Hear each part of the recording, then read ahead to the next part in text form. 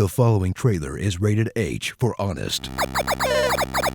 From the company that's been reselling the same Mario game since the beginning of time, comes their latest scheme to strip mine your sense of childlike joy. An $80 box full of cardboard. Nintendo LABO. Experience the latest in Nintendo's proud history of wacky gimmicks as they set aside all that expensive plastic and realize that if they pitch it as a fun construction project, they don't even have to build the dumb bullshit they sell you. In a do-it-yourself experience that's about as fun as assembling IKEA furniture, except 4 times as long, and when you're done you have a cardboard fishing pole instead of a couch. Get ready to build like an unpaid factory worker, and choose which cardboard nightmare to subject yourself to. Then fold, bend, punch out, and lose all track of time to make something that vaguely looks like the thing in the box, while you desperately try not to mangle the pieces and lose all the tiny bits, and hide all of your mistakes with stickers, until you finally finish and get your reward, a mediocre minigame. In a project that's more about the novelty of building a working keyboard out of trash than actually owning a thing you'll ever want to use again.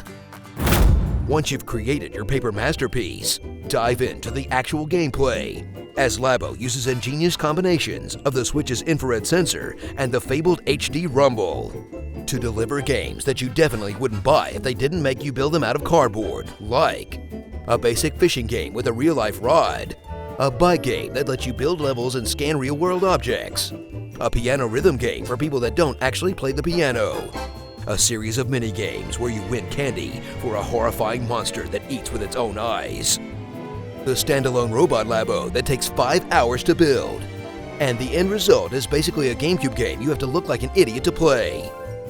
All of which you'll play one time, say, "That's pretty neat," then leave in your closet to collect dust for the rest of time.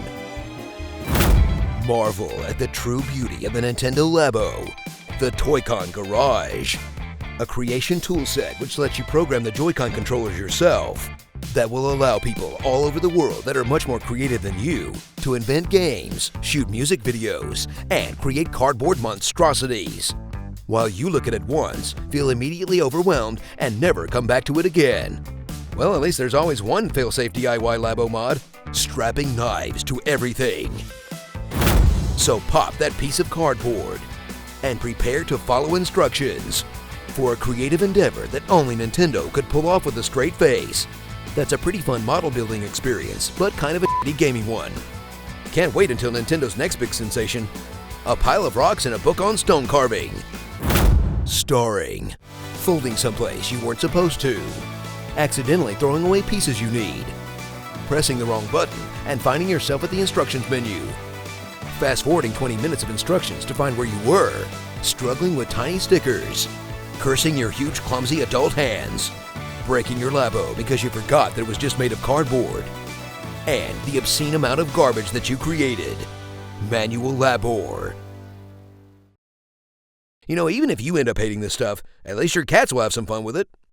Comment below on what you want me to read in my epic voice. So is everyone ready? All character sheets are set up? Smoke pan every day. Mr. Anderson, you disappoint me. War is expensive, but peace is priceless. Are you comic? Yes, good job.